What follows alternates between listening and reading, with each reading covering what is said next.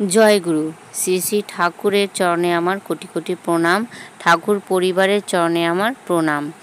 শ্রী শ্রী ঠাকুরের আদর্শ আরেকটি সুন্দর ঘটনা আপনাদের সাথে শেয়ার করছি।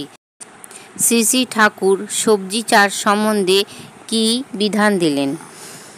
একবার একজন গ্রামের কৃষক গুরু ভাই ওনার বাগানের একটি প্রকাণ্ড সাইজের মিষ্টি কুমড়া মাথায় করে আশ্রমে আসেন। দূর থেকে শ্রী শ্রী ঠাকুর তা লক্ষ্য করেন।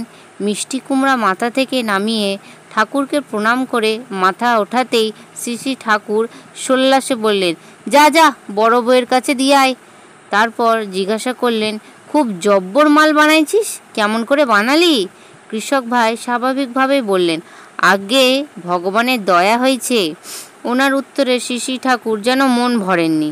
তখন দয়াল বললেন, শোনো মণি, ওভাবে করলে হবে না নে। তোমার সব গাছের সকল কুমড়ায় কি কি অমন বড় হয়েছে? না ঠাকুর, এটাই সবচেয়ে বড় হয়েছে, তাই ওটাই আপনার ভোগের জন্য আনছি। তখন শ্রী শ্রী ঠাকুর বললেন, শোনো মণি, ঈশ্বরের কাছে কি দুই আছে? কাউকে কম ভালোবাসে, কাউকে বেশি ভালোবাসে। তোমাকে দেখতে হবে ঈশ্বরের দয়া কিভাবে ওই মিষ্টি কুমড়ার ভিতরে ঢুকলো। তোমাকে দেখতে হবে কেমন জাতের বীজ ছিল, কেমন জমিতে গাছ লাগাইছো, কেমন ডালে ছিল, তার ওপর আলো ছায়া কেমন প্রভাব ছিল, ইত্যাদি ইত্যাদি। এইসব দেখে শুনে তা প্রয়োগ করে দেখতে হবে তোমার বাগানের প্রত্যেকটি মিষ্টি কুমড়ায় যেন ওই রকম তাবড় তাবড় হয়। তখনই না বুঝতে পারবে ঈশ্বরের দয়া কি এবং কিভাবে তা পাওয়া যায়। আর দেখবে তোমার বাগানের সব সবজি ফলই যেন ঈশ্বরের দয়া পেয়ে অমন সুন্দর ও বড় হয়, দেখলেই যেন মনে সুখ হয়।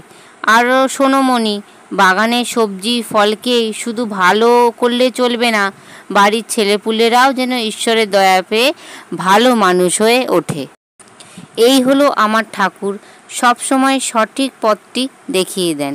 পরম পিতার কাছে আমি প্রার্থনা করব আপনারা সবাই ভালো থাকবেন, সুস্থ থাকবেন। জয় গুরু।